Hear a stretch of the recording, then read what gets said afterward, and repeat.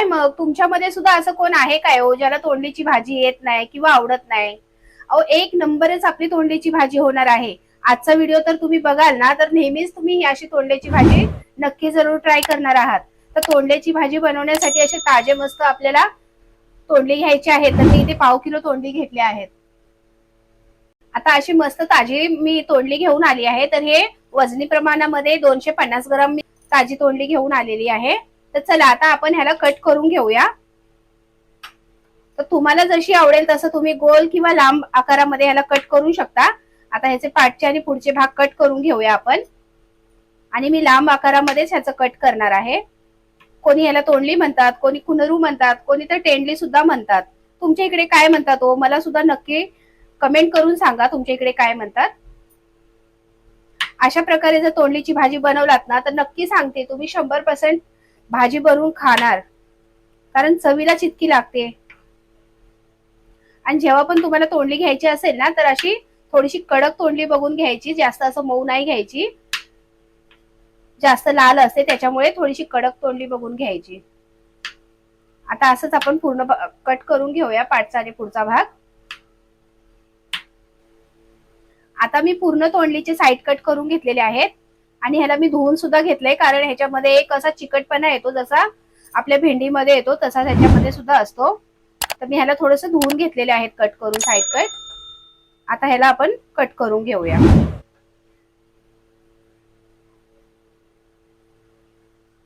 मी लांबच आकारामध्ये कट करणार आहे.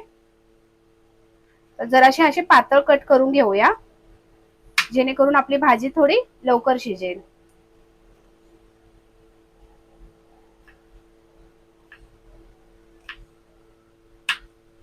तर बघू शकता अशा प्रकारे मी कट करून घेत आहे.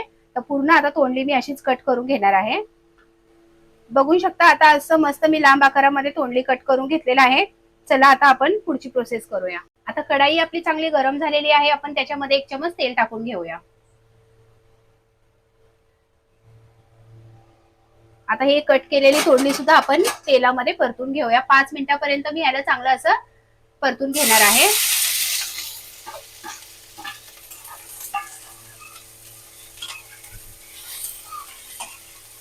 भाजी इतकी चवीला येते ना, की एकच नंबर तोंडलीची भाजी चवीला येते.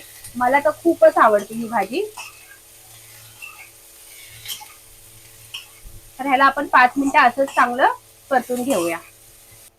आता चांगलं 5 मिनिटं मी तेलामध्ये ह्याला चांगलं असं भाजून घेतलेलं आहे. आता ह्याला आपण काढून घेऊया. आता आपण त्याच कढाईमध्ये 3 चमच परत तेल टाकून घेऊया.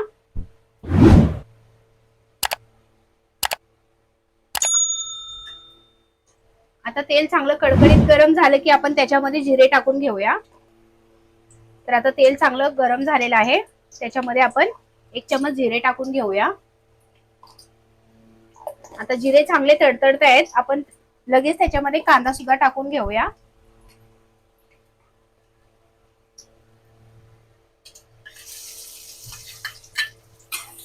याला थोडंसं मिक्स करून घेऊया.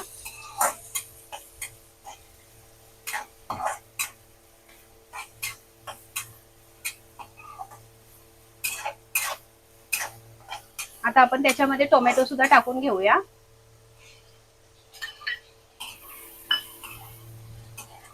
आणि ह्याला चांगलं 1 मिनिटापर्यंत चांगलं असं मिक्स करून घेऊया. आता 1 ते 2 मिनिटं मी कांदा आणि टोमॅटो चांगला परतून घेतलेला आहे. आपण त्याच्यामध्ये आलं आणि लसूणची पेस्ट सुद्धा टाकून घेऊया 1 चमच.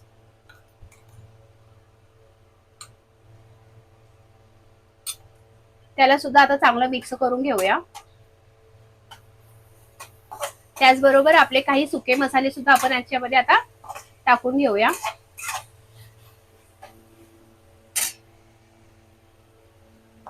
इथे मी पाव चमच हळद घेतेय. पाव चमच हळद, 1 चमच धनेपूड आहे, 1 चमच गरम मसाला आणि मालवणी मसाला आपण 1.5 चमच घेऊया. तर आता हे सर्व मसाले टाकून झालेले आहेत. त्याचबरोबर आता आपण त्याच्यामध्ये चवीनुसार मीठ सुद्धा टाकून घेऊया. आता ह्याला सुद्धा आपण चांगलं मिक्स करून घेऊया. तर मस्त असं तेल सुटतंय आपल्या मसाल्यांना. अगदी चवीला एकच नंबर होते तोंडलीची भाजी. तुम्ही नक्कीच ट्राय करून बघा की तोंडलीची भाजी कशी होते आणि मला कमेंट सुद्धा करून सांगायला विसरू नका. तर आता मस्त आपले मसाले असे चांगले परतून झालेले आहेत. त्यामध्ये आपण 2 ते 3 चमच शेंगदाण्याचं कूट सुद्धा टाकून घेऊया.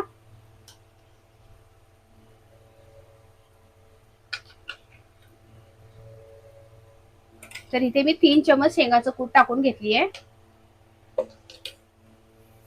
ह्याच्यामध्ये शेंगाचं कूट न टाकता तुम्हाला अगर बटाटे आवडत असतील तर तुम्ही बटाटे सुद्धा ऍड करू शकता. आता मस्त आपला मसाला असा परतून झालेला आहे. त्यामध्ये आपली तोंडली सुद्धा आपण ह्याच्यामध्ये टाकून घेऊया. आता ह्याला आपण 1 मिनिट चांगलं मिक्स करून घेऊया आणि झाकण ठेवून ह्याला आपण 5 मिनिटं वाफवून सुद्धा घेऊया.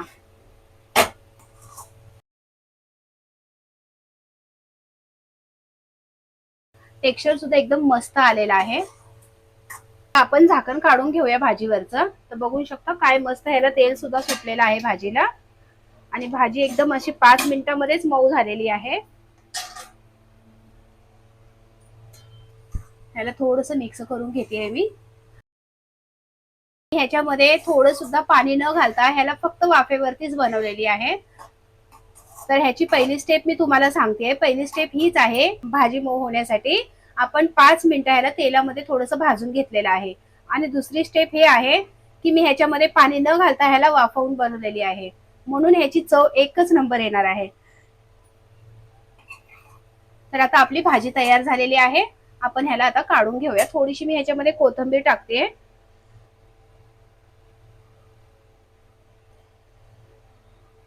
ह्याला सुद्धा थोडंसं मिक्स करूया. तर चला आपली भाजी आता मस्त अशी तयार झालेली आहे. आपण काढून घेऊया. तर बघू शकता आता आपली भाजी चांगली तयार झालेली आहे. तर भाजी तुम्हाला कशी वाटली?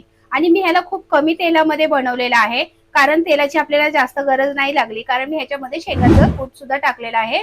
त्यामुळे तेलाची गरज आपल्याला कमीच लागली आहे. तर भाजी तुम्हाला कशी वाटली आहे ते मला तुम्ही नक्की कमेंट करून सांगा. आणि चॅनलवर नवीन असाल तर सबस्क्राईब सुद्धा करायला विसरू नका. चला असंच भेटूया आपण एका नवीन व्हिडिओ बरोबर. तोपर्यंत बाय.